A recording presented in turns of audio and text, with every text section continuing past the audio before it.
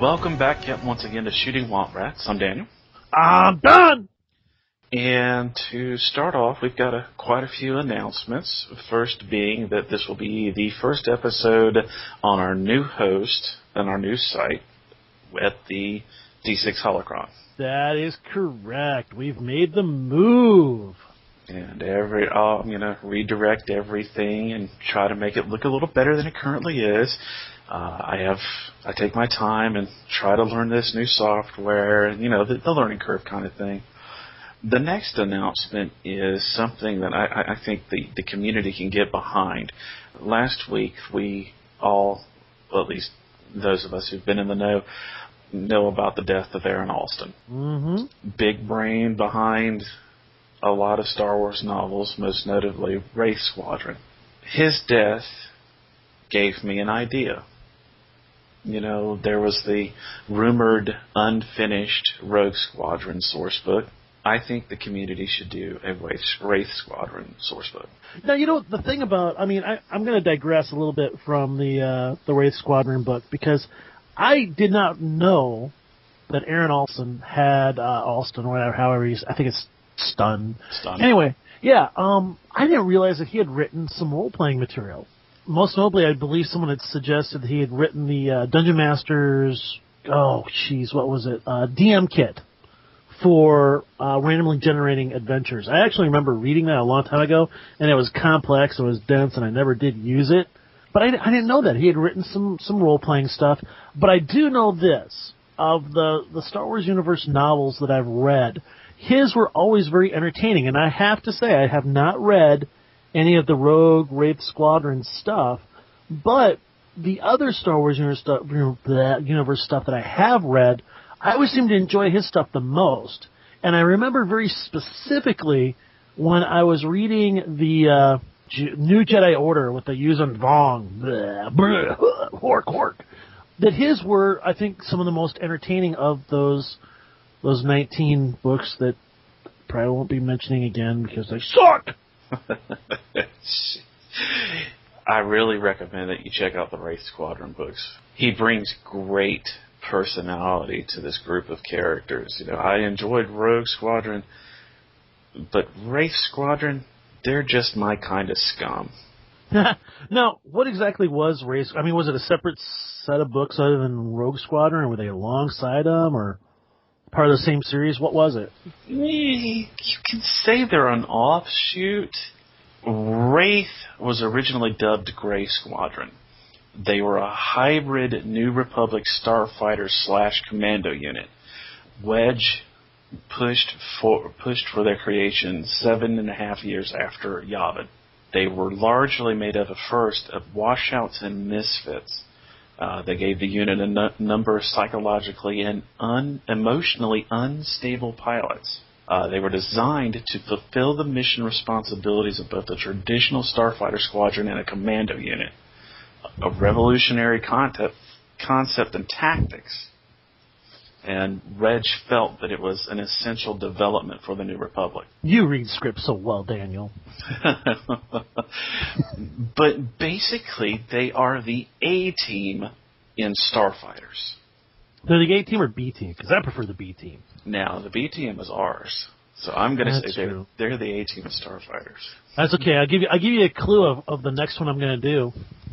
Oh, really? Yes. The Love Boat soon will be making another run. It's going to be good. It's going to be fun. I can't wait to do Gopher. And Doc is just going to be like a galactic just tramp.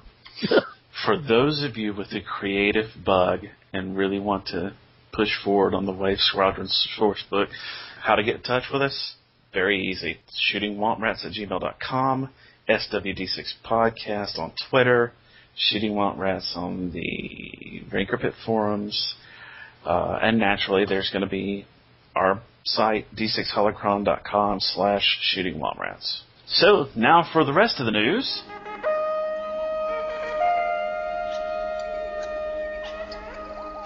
Tell you what, guys, this week got some interesting stuff. The Adventure Seed Monday, the characters or players would be tasked with eliminating an enemy unit.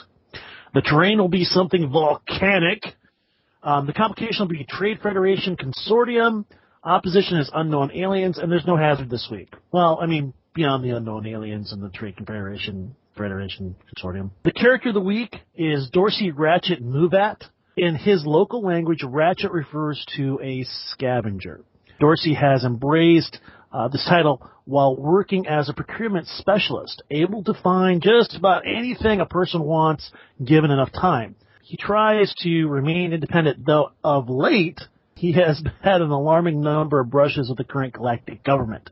And notice I say current galactic government, so you can put this pre-gen either in, Galactic Republic, Rise of the Empire, New Republic, however you want to do it. Rumor Wednesday. The rivalry between the RAF Consortium and its rival Wastel Transports is heating up. Have some fun with that, guys. You can use that with trader captains, merchants, privateers, however you want to use it. There's plenty of options available. And the planet of the week is Eris, a cool terrestrial world with many glaciers and open water, mostly at the equatorial regions where it's the warmest. It's surprisingly advanced, having not only a standard class starport, but tech level of space. It is the home world of a shaggy four-legged species called the Mumpwat, a hard-working people with a feudalistic society. They have a rich history, though this is as much of a weakness as it is a strength, because the people do things because it has always been done that way. So basically they have a stifling of innovation, and there's very little change in the society. And though they recognize this, no one seems to be in much of a hurry to change things. My character of the week was Watto, the Toydarian junk dealer. I don't really have a little-known fact about him as much as it is an observation. This character really showed development. And he was just an aside. His biggest claim to fame was the fact that he owned 2 very famous slaves, a couple of Skywalkers. But from the time of the Phantom Menace to Attack of the Clones, he changed.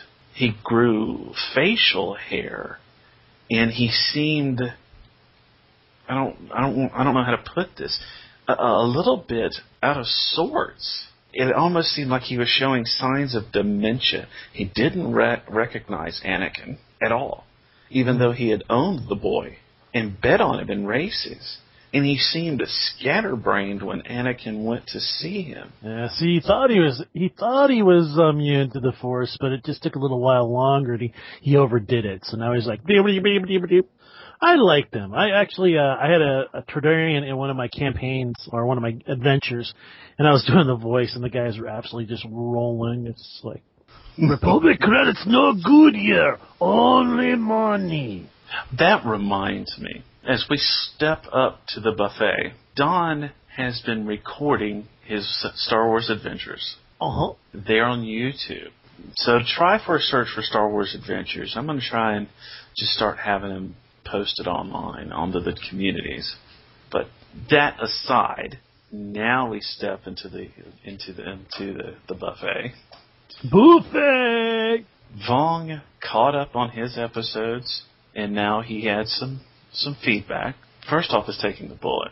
He actually built a droid character who placed himself into a bodyguard role.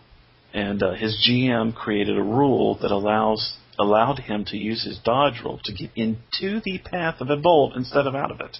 Now, how it differed was that you declared the action, you rolled your dodge versus the attack. If you get higher, you are hit, even if they would have missed otherwise. This character will be posted up on the blog, so have a look. He posted about capital ship battles and recommended a website, imperialentanglements.org. It's a little weird. It's a play-by post that focuses around naval combat. I think it's good if you don't try to take canon into it, because it seems to go off on its own tangent. Mm-hmm. I took a look at it as well. I thought it was interesting, only as in, it's got it's Star Wars in name. Mm-hmm. But, if you take a look at it and keep that in mind, it was actually entertaining. I enjoyed it. And then he advanced skills. One thing we didn't mention when talking about advanced skills is the fact that they add to the prerequisites. If you've got a first aid, 5D, and 2D in medicine, If you make your first aid roll, you end up rolling 7d. However, you make your medicine roll, it's only 2. Mm-hmm. Concerning stunts, he suggested that we describe a stun as a close call. You see it in a lot of movies with artillery fire, shell shock. That's what I was referring to with the dazed condition.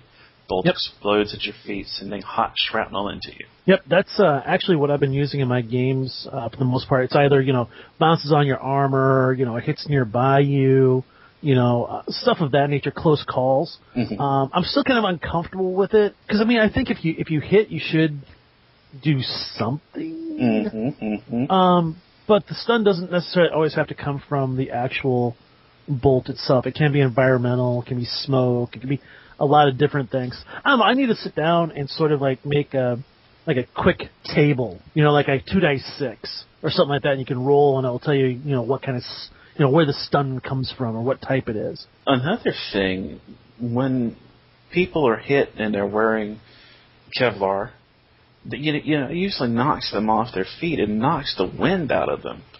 Now, while a blaster bolt may not confer the same kinetic damage, we could have something along that type of effect. It staggers you. There's an idea. I don't know. It seems to me like they have a pretty good impact. Watching the movies and stuff like that, people get hit with blaster bolts, man. They get knocked off their feet. Mm-hmm, mm-hmm, mm-hmm. So it's pretty bad. So let's see. He had also talked about paranoia when we were doing the fright checks. Oh yeah, and stuff like that. He was on board with that. He had mentioned something about min-maxing, and he actually said he was a bit of a min-maxer, feeling that he should have. Or I'm sorry, when he makes a character, the character should have at least one skill they're just the bomb at, and then a couple of other ancillary skills, and then to role play up the weaknesses.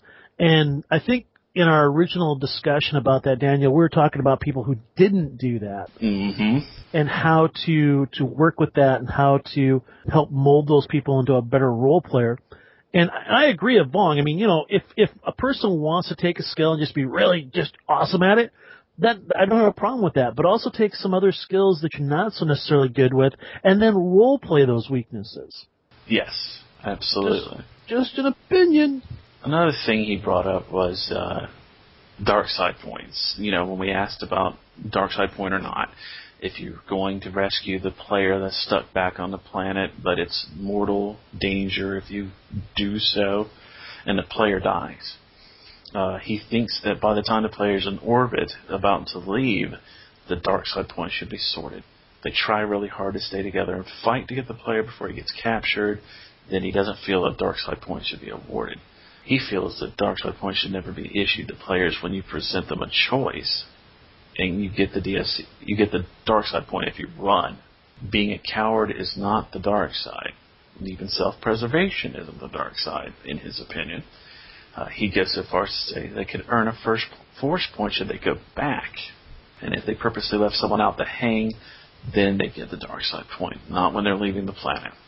See, and this is why I like my corruption rules so much better than just standard dark side points. Yes. Because with the system that I use in my games, a person would automatically, just get would get a corruption point for, being cowardly or not trying to, at least attempting to go back and get the person, just save their own skin. That's a corruption point. Mm-hmm. And I'll give you an example. Now, you're going to love this. I'm going to go off script a little bit. Last night's game, one of the characters lost their temper. There's this one mook that was just giving him a bad time, just kept dancing around, shooting at him. Just, they couldn't take this guy down. And he ends up just attacking the guy hand to hand and ends up muscling him to the ground, and he's just beating the crap out of the guy. I'm sorry, they've gotten him down to the ground and got his weapon away from him, and the guy was sitting on the ground, and he's pretty much given up. And I think there's a little bit of player carryover in that. I think he was just frustrated with the whole situation. He's like, I don't know what I'm going to do with this guy. And I could tell he was really, really mad. And one of the other characters was like, well, man, do what you want to do. It's really up to you. And I looked at him, I said, hey, tell you what, you cap him, I'll give you a force point. And he goes, what, you want me to spend a force point? I said, no. If you kill this guy outright, if you just cap him right here, I'll give you a force point. So he caps the guy right there. And I'm like, uh-oh. I didn't think he was going to do it. So he does it, right? So then he goes over and he just starts pounding the guy, just punching him over and over again. And I'm like, this seems to be a bit excessive. And one of the other players come in there and try and pull him off, and he like shrugs him off, and he's just beating the piss out of this guy. And when the game was all over and done with, I assessed him 2 corruption points. But I turned around and gave him 3 character points for role-playing it out and ignoring the meta mechanics. Yes. So I gave him some extra points for character, for playing in character, assessed him a penalty for it, and gave him an extra force point for being, tempted by the dark side. And then 2 points of corruption. All right. He really agrees with us concerning combined actions. The rules as it stands right now make it very difficult to command groups of people. It expanded into a nice conversation between him and Don. You want to further on? Right. Well, I'd floated out a couple of ideas about using an exponential modifier based upon the number of command dice a person has when dealing in a structured environment like a military. And what would happen is whatever the rank was, as you pass that command on down the rank, like, for example, say that you were a commander and you're giving, instructions to a corporal, who in turn gives instructions to a sergeant, who in turn gives instruction to a squad leader. Basically what would happen is you would take the number of dice the person had and times it by, double it for every time it goes down the command rank. So in this case, it would be like 3 differences times 3. So if you had 4 command dice, it would be 8, 16, 32. He could command up to 32 squad leaders. Now, I've had a chance to rethink this a little bit, and I need to post it up there because, Vong was involved in it, and I wanted to share it with him. But as I went back and took a look at the rules for command specifically and combined actions, something that did come up in there was that the Game Master, if it makes sense, can allow the person that's making the command roll command more individuals than he normally could, as long as they're all of a like mind. For example, people that are all trying to do one specific thing or have a vested interest in doing something or are conditioned to take orders, like, for example, in the military or in government and such like that. So I don't think there really needs to be a change in the rules as they are, as there just needs to be sort of an understanding of what the rules are suggesting. And also another person had suggested, hey, command falls apart when you're trying to command groups of people, especially like in a squad. And I went off and did a little bit of looking, and basically a squad is 2 to 3 fire teams. A fire team is approximately 4 soldiers. So a squad would be about 12 people. To effectively control or command a group of 4 soldiers, you'd need a command of, 4D. Well, the thing is, you're not controlling all 12 soldiers at one time, so you don't need to have a 12D command. And on top of it, one could make the argument to the Game Master that, hey, you know what? All these people are on the same page. All of them are used to taking orders. I should be able to control all these people as a group. I, as a Game Master, would probably go along with that. In fact, I know I would. But even if you don't, if the person had a 4D command and he broke up his troops or his squad into the 3 fire teams and said, okay, I need you 4 to go over here and flank and lay down covering fire on this area. You 2, I want you to come up over around those rocks, wait for my signal from the 3rd group, and he gives a 3rd command to the 3rd group. That's 3 individual command rolls and doesn't require, a 12D command. I don't know, I think it just kind of takes a different way of looking at combined actions in the command skill as well. Oh, that's the other thing I was going to suggest about it. Just because someone fails at their command roll to use combined actions does not mean that whoever he's commanding or what that segment of people has failed at what they're doing. It just means they don't get a bonus for effectively working together. That's it. So just some things to keep in mind when you guys are toying around with the command and combined actions sort of thing. I think there's a lot of room in here for people to work with. I believe so, too. Well, there you go. Daniel agrees. So if Daniel agrees, you know it's got to be right. Dun, dun, dun. Dun, dun, dun. Now we've got the continuing adventure of Sentinel from the Rancor Pit, his gaming group, the Murder Hobos in Space. He had never heard, no one in his group had never heard the term before us. Uh-huh. He Googled it. He explained the term to the gaming group. They took it as a badge of honor, and it's now the gaming group's name. The characters are Captain Stephen Shields. He's a pilot, smuggler, and resident ladies' man. He's like the ginger version of Lando Calrissian, who sucks at gambling and has a fondness for the Twilight ladies. Are there any girls? Then there's Sheila, the ship-wide heuristic interface experimental lady avatar. She's the ship's artificial intelligence co-pilot. She can work everything short of the weapons. She talks like a Southern belle and flirts endlessly with the captain. Uh-huh. Up next is Eric Darkstar. He looks like a cowboy, claims to be a smuggler, and is really a minor Jedi. You said Dorkstar, right? Eric Dorkstar? Okay. He spends more time off training than adventuring. This one is interesting. Vector. He's a Verpine outcast. He's naturally an exceptional technician. He's probably a sociopath, which explains why the other Verpine didn't want him around. He's financing his dream of becoming more machine than bug by becoming a bounty hunter. Right, because, all bounty hunters are, more machine than... okay.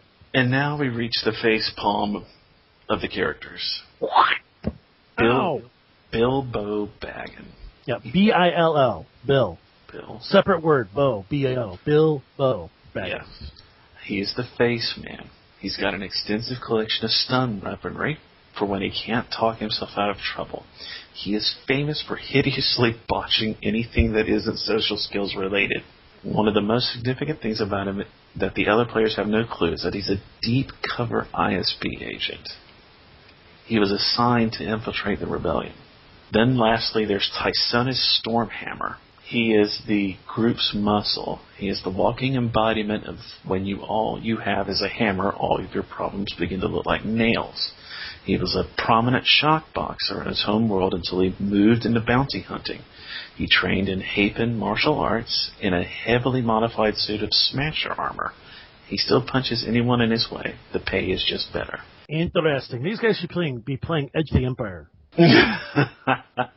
But Sentinel's been basically keeping the community up to date with their adventures. And if you guys stop over in the Ranker Pit, I'll even link up the thread. And, yeah, I'll have to admit, it is a bit entertaining. Now, keep in mind that it is not my style of game at all. It's fruity, it's funny, it's murder hobo-ish, just like they accept the name of it. And I mean, if that's kind of like your thing, your beer and pretzel yell and shout kind of game, then it'll be very entertaining. So I would, even if it's not your thing, I would suggest taking a look at it, give it a read. They're in a cantina, and they're investigating something. What's that smell? Yeah. By the time they're done with this, Sentinel writes, clues found 0. Aliens angered 40+. Pepper426 on the Ranker Pit forums requested a stat block for the BFF-1 bulk freighter. Yes, indeed. I tossed one up. I liked it. It's both on Ranker Pit and it's also on the G Plus community. Yeah. And of the ones I've done, I actually really like this one a lot. Good. I don't know. I mean, don't know if you had a chance to look at it or not. So. Oh, I have. Looks like it flies like a pig. It does fly like a pig. Oink, oink. The thing that is really kind of cool about it, though, is actually it has the tractor beam. It's used mostly for keeping ships together when they're flying from point A to point B. And the other thing is that it does have some shields, but it has absolutely no armament. It has no weapons, nothing of that nature at all. So, I mean, it's just, it's a flying pig. And it has a huge cargo capacity, 100,000 metric tons. So, any of those guys that are thinking privateer, there you go, buddy. Go capture yourself one of those, find someone to sell it to, make some extra scratch. And the pictures for it were really cool, too. All right, let's see. Pepper had posted that. Oh, Wildfire posted on the Ranker Pit forums an SFS conveyor landing barge, which basically is a troop transport vehicle used for planetary insertion of troops. Basically, it has a good hull score, heavy shields, but the big thing is it can transport 1,000 troops into a landing zone quickly and efficiently. Too bad it's only used by the Empire, but, you know.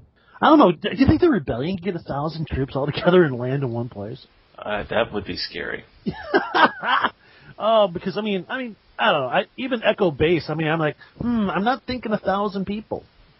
Maybe if you took into account support people and stuff like that. So, well, there you go. You could move an entire Rebel base in one of these things. Yes, that's actually would be pretty cool to use a conveyor landing barge for creating a base. Hey, you know something I read? I don't know if it's canon or not, but if I remember correctly, there were 2 instances where the Rebel Alliance actually had no regular base for its main body, meaning the bulk of the Rebel Alliance, or what you would term the Rebel Alliance, meaning, you know, their higher ups, their support, stuff of that nature, and that because they didn't have a base, that they kept sort of like a large convoy in space. Yeah. They would move around and then stay in like hidden systems or abandoned systems or you know, stuff of that nature, and that's how they kept themselves from being discovered. During the time of Empire, it's not really, it's hinted at. You know, you see when they meet the fleet with Home One, they're on the very edge of the galactic plane. They're actually above the galactic plane. That is where they hid after Hoth was destroyed. Okay. That was their main base of operations, was that fleet.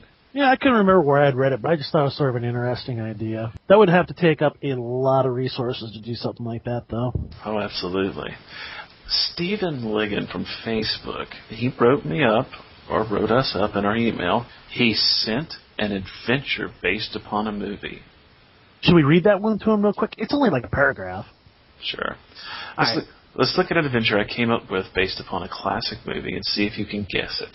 An old Jedi Master named Ard and 2 Jedi Knights named Reid and Bluu travel to a colony world designated 93910Z to investigate potential Sith activity.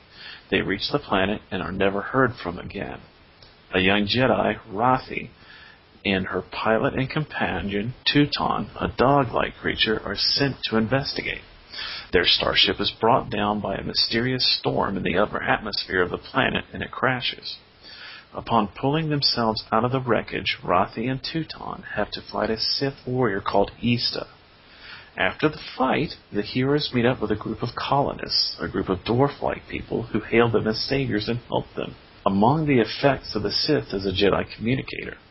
Rathi uses it and gets in touch with one of the Jedi, Reid, who is being held in a Sith fortress by another Sith acolyte, Western. Reid tells her that Ard and Bluu attacked a Sith Master here on the planet and defeated him, but both were injured and retreated to the city in the green, a heavily guarded forest city. The Sith Master's acolytes have been continuing his plans. Reid transmits coordinates to Rathi and asks her to rescue her. Rathi and Tuton proceed to the coordinates, and along the way they run into a broken-down old battle droid being used for clearing the forest, an injured and mildly brain-damaged farmer who is trying to scare off small creatures from his crops, and a giant cat-like creature with a neuroinhibitor on his head preventing him from hurting anyone. Rathi and her new allies must fight against groups of Sith-enhanced minions, a small force of ape-like creatures with rocket packs and advanced weaponry, among other obstacles. After freeing Reid and defeating Western, the heroes go to the City of the Green and meet up with Ard and Bluu.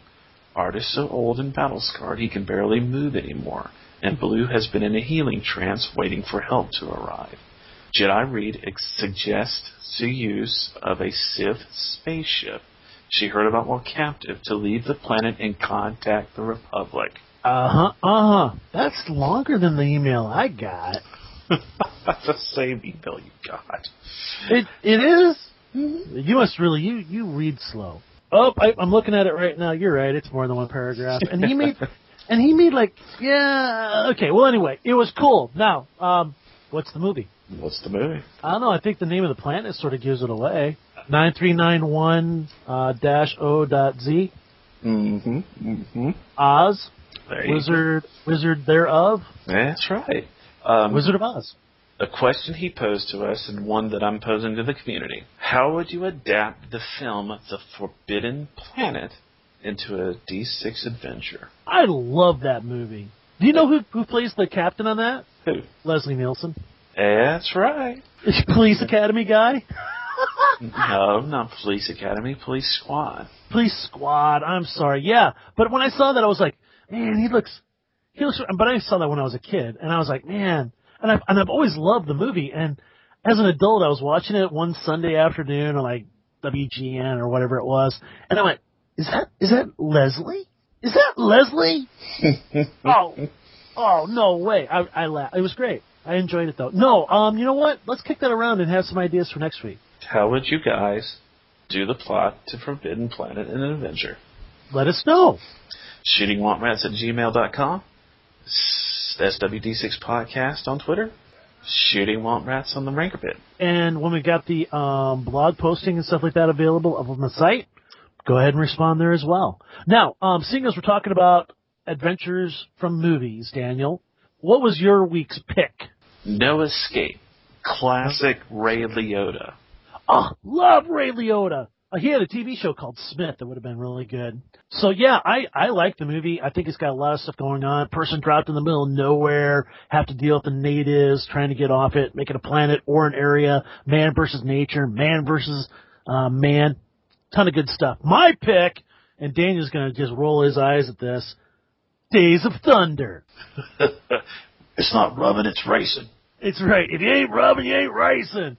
I chose the movie not because I think it is a great movie. I mean, it is a bit of a guilty pleasure. Don't get me. It's a man movie. It's a beer and watch movie.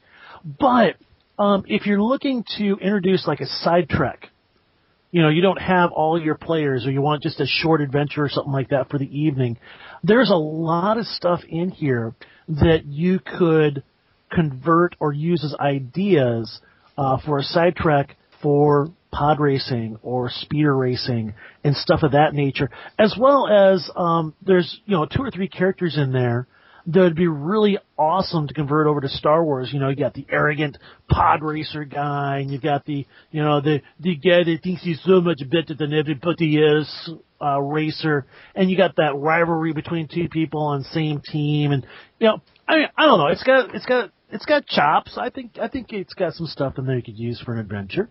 I agree with this, absolutely. I spent one summer just watching that movie over and over again. That movie is so awful, though. It's kind of like the what was the Stallone one where it was Formula One racing? Oh, jeez. I mean, that one's really, really bad too, but at least it was entertaining. I don't know. I can't remember what it was. I think that's it. Yeah, that's it. It was Driven. Mm-hmm. Oh, maybe I'll put that one up for my post next week. All right, well, Daniel, I'm taking a look at the clock here, buddy. It looks to me like we've run out of time this week. I agree. If you've got any suggestions, questions, comments, and especially submissions, content that you've come up with that you would like to have showcased, let us know. Absolutely. We like showcasing. So, on behalf of Shooting Womp Rats, I'm Daniel. I'm done. And may the Force be with you. Hey, guys, be great. Be good to your pets. Be good to your family. Have a great weekend.